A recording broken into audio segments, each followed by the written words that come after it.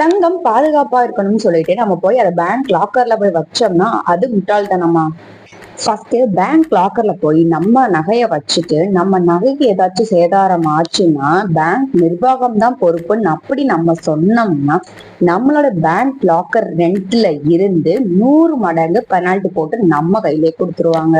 But இதுவே இயற்கை பேரிடம் காரணமாக நம்ம நகைங்கள்லாம் பாத்தீங்கன்னா சேதாரம் ஆனாலும் சரி காணாமல் போனாலும் சரி பேங்க் நிர்வாகம் பொறுப்பாகாது. நம்ம நகைக்கு மதிப்பு 1 கோடியே இருந்தாலும் நம்ம கைக்கு ஒண்ணுமே கிடைக்காது. ஆனா நான் சொல்ற ஸ்ட்ராட்டஜிய நீங்க பண்ணீங்கன்னா 100% உங்க நகைக்கு பாதுகாப்பா இருக்கும். கோல்ட் ஓவர் டிராஃப்ட் ஃபெசிலிட்டி அப்படின்னா என்னன்னு பாத்துட்டீங்கன்னா நம்ம தங்க நகைகளுக்கு பேங்க்காரங்களே வந்து கடன் கொடுப்பாங்க.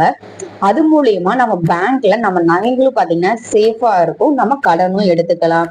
இப்ப நீ 20 லட்சம் ரூபாய்க்கு கடன் வாங்கிருக்கீங்க, அந்த 20 லட்சத்துல இருந்து 7 லட்சம் மட்டும் செலவு பண்ணிருக்கீங்கன்னா அந்த 7 லட்சத்துக்கு மட்டும் நீங்க வட்டி கட்டினா போதும். பேலன்ஸ் உள்ள 13 லட்சத்துக்கும் நீங்க வட்டி கட்ட தேவையே கிடையாது. சோ இந்த வீடியோ உங்களுக்கு ரொம்பவே யூஸ்ஃபுல்லா இருக்கும்னு நினைக்கிறேன். மோர் வீடியோஸ்க்கு நம்ம கோபிகா இன்ஃபோ சேனலை மறக்காம சப்ஸ்கிரைப் பண்ணிக்கோங்க.